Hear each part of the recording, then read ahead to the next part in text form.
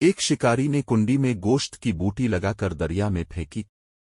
एक मछली उसे खाने दौड़ी। वहीं एक बड़ी मछली ने इसे रोका कि उसे मुंह न लगाना, इसके अंदर एक छुपा हुआ कांटा है जो तुझे नजर नहीं आ रहा। बूटी खाते ही वो कांटा तेरे हल्क में चुभ जाएगा, जो 1000 कोशिशों के बाद भी नहीं निकलेगा।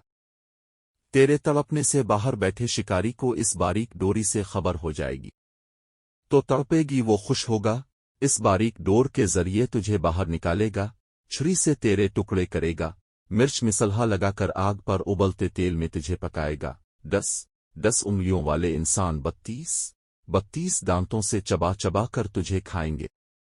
ये तेरा अंजाम होगा। बड़ी मछली ये कहकर चली गई। छोटी मछली ने दरिया में रिसर्च शुरू कर दी।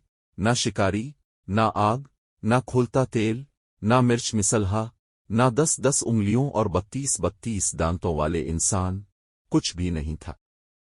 छोटी मछली कहने लगी, ये बड़ी मछली अनपढ़ जाहिल, पत्थर के जमाने की बातें करने वाली, कोई हकीकत नहीं इसकी बातों में।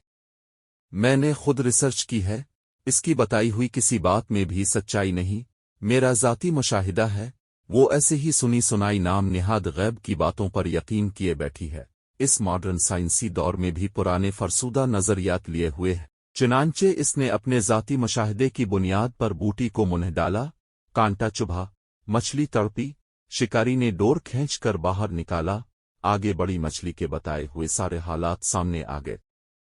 अंबिया अलैहिमुस्सलाम ने इंसानों को मौत का कांटा चुभने के बाद पेश आने वाले गैब के सारे हालात व वाक़यात तफसील से बता दिए हैं।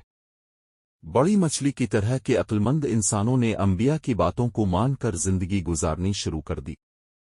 छोटी मछली वाले नजरियात रखने वाले अंबिया का रास्ता छोड़कर अपनी ज़ाहिरी रिसर्च के रास्ता पर चल रहे। मौत का कांटा चुभने के बाद सारे हालात सामने आ जाएंगे। मछली पानी से निकली वापस ना गई, इंसान दुनिया से गया वापस ना आया। बस यही वक्त है, अगर समझ गए तो।